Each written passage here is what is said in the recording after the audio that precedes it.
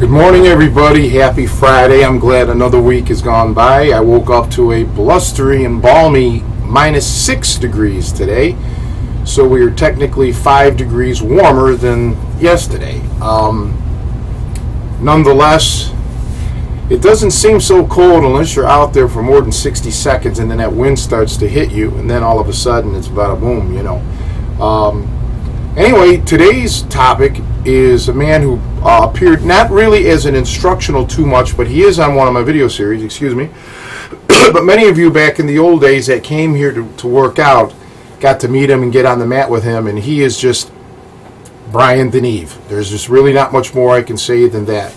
Brian DeNeve had it all and really worked hard at everything. When I met him back in, I believe it was 1998 at a seminar that I did in Edinburgh, Pennsylvania, if I remember correctly, at a college, and he ended up moving to Chicago. He's originally from the Quad City areas.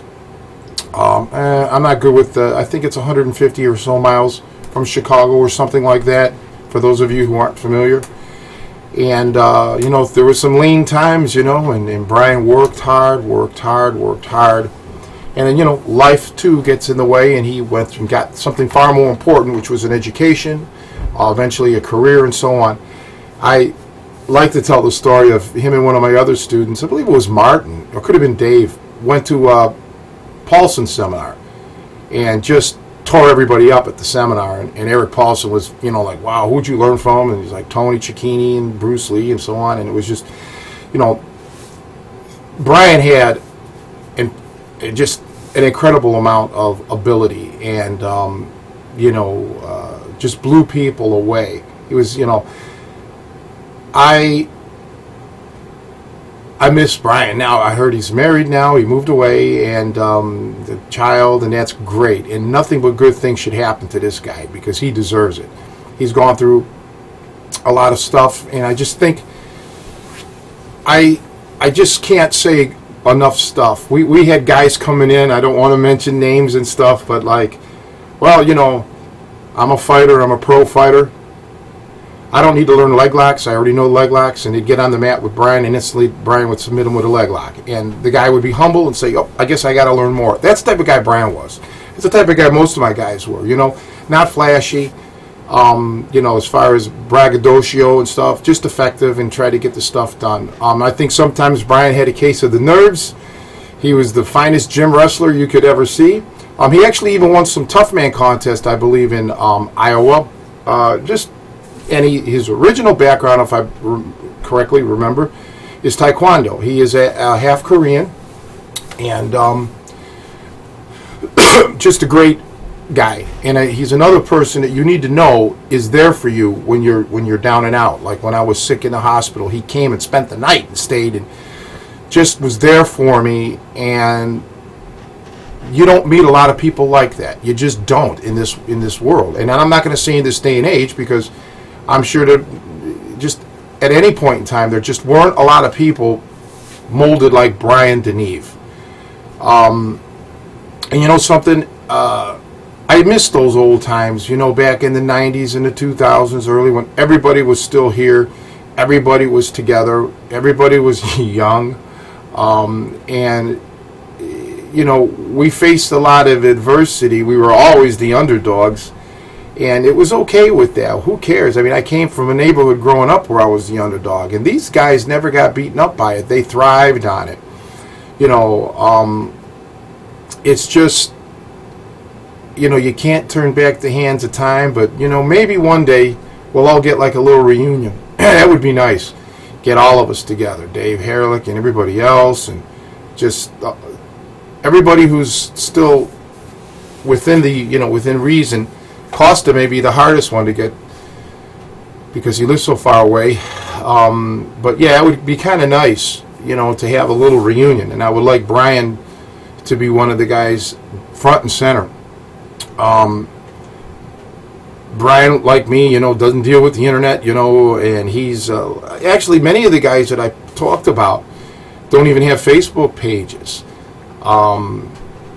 you know, but I don't know if like I said, I haven't talked to Brian in a while. I mean, I've known Brian, like I said, since 1998. So I think I've known him, Bruce, a little bit longer, and then Brian. So that's 17 years. That's a long time. So I haven't talked to Brian in a few years now, but he's just, never leaves my mind. I always think of him, and not for his skills on the mat, because along with those skills, I remember all the doggone hard work he put in and everything else. Damn. But I remember him as a humanitarian, as a human being, and for the things that he's done that has touched me personally. Okay, I still remember the Pac-Man sweatband. Or wristband. He's just one of a kind, and I wish other people could be like him and in him. And he's dignified. He and Costa were like a blend of me.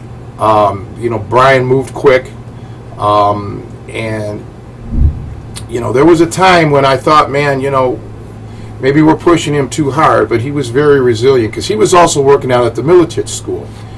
And when he would go back home, and visit and stuff, and I'm like, yeah, and he just persevered, and he was great.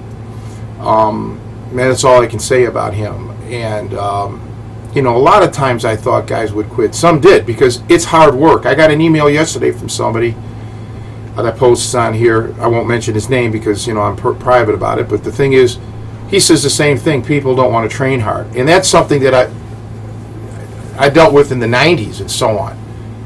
So I'm always, and by the way, they think I'm rough. There's nothing like what I went through. I went through with a real hooker, a real shooter. A guy that, the strongman who was old, concentration camp survivor, put me through hell. I've said it a million times. If I tried to do that stuff today, I'd get arrested.